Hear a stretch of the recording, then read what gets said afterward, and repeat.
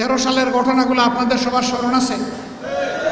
জামাতে ইসলামের কথা আমার ভাইয়েরা বলে গেছেন, আমি আর দ্বিতীয়বার বলতে যাচ্ছি না, আপনাদের ধৈর্যের বিচ্যুতি ঘটবে এই আশঙ্কায়। 13 সালের 5ই মে শাপলা চত্বরে হেফাজতে ইসলামের ডাকে এই দেশের লক্ষ লক্ষ মানুষ এসেছিল, শেখ হাসিনার গদি দখল করতে এসেছিল। তারা কয়েক দফা ন্যায্য দাবিতে এখানে এসেছিলেন।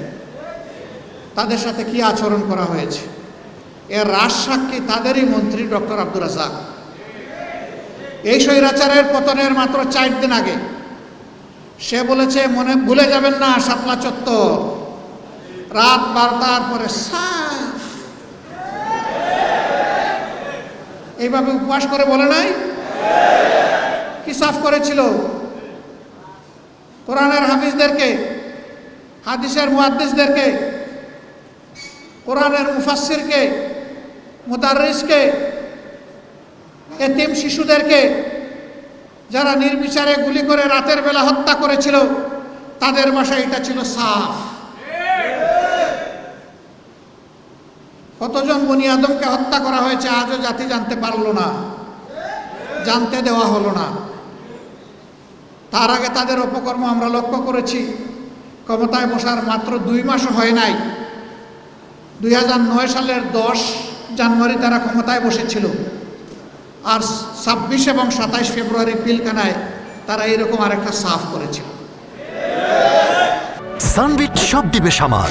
সানবিট ম্যাজিক প্রেস ডিশওয়াশিং এর মাথা ঘোরানো সলিউশন। 57 জন চৌকস দেশপ্রেমিক অফিসারকে তারা নির্মমভাবে হত্যা করেছিল।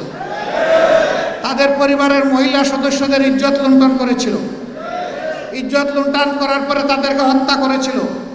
হত্যা করার পরে তাদেরকে ড্রেইনে ভাসিয়ে দিয়েছিল।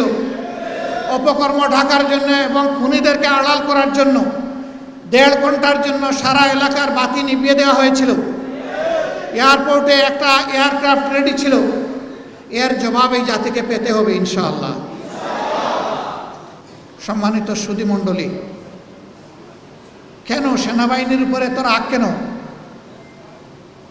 কারণ আমাদের সেনাবাহিনী দেশপ্রেমিক। আমাদের সেনাবাহিনীর লড়ে যাওয়ার ঐতিহ্য আছে। দেশের ক্রান্তিকালে তারা ঝাঁপায়ে পড়ে, এবারকার বন্যায় আমরা তাদের সেই কর্মগুলো দেখেছি। এরকম একটা সেনাবাহিনী সবাই সহ্য করতে পারবে না। একটা প্রবাদ আছে, ভাত গরম হলে মেহমানের জন্য সুবিধা, কিন্তু বিড়ালের জন্য অসুবিধা। গরম ভাতে বিড়াল মন খারাপ করে।